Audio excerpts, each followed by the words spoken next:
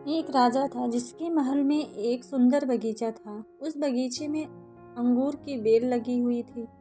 उस बेल पर एक चिड़िया रोज आकर बैठती थी। चिड़िया अंगूर की बेल से चुन चुनकर मीठे अंगूर खाती थी और खट्टे अंगूर को नीचे गिरा देती थी।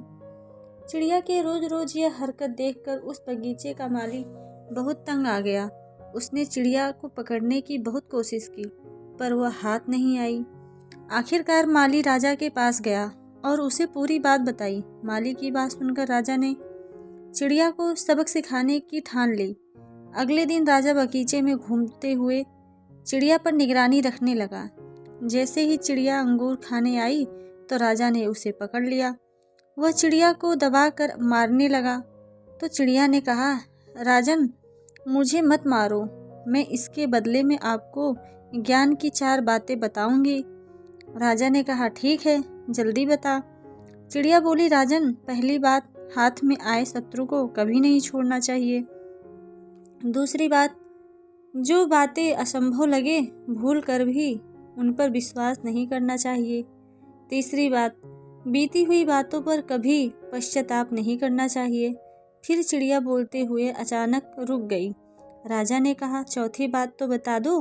चिड़िया बोली, चौथी बात जरा ध्यान से सुनने की है राजा। मुझे जरा ढीला छोड़ दें, क्योंकि आपको हाथों में मेरा दम घुट रहा है। राजा ने अपना हाथ ढीला छोड़ दिया और चिड़िया एकदम से उड़कर पेड़ की डाल पर बैठ गई और बोली, चौथी बात यह थी कि मेरे पेट में 2 हीरे हैं।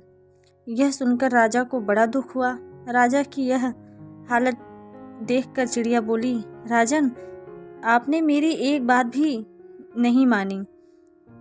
पहली बात, मैं आपकी शत्रु थी, फिर भी आपने मुझे छोड़ दिया। और दूसरी बात, मैंने बताया था कि असंभव बातों पर भूल कर भी विश्वास नहीं करना चाहिए।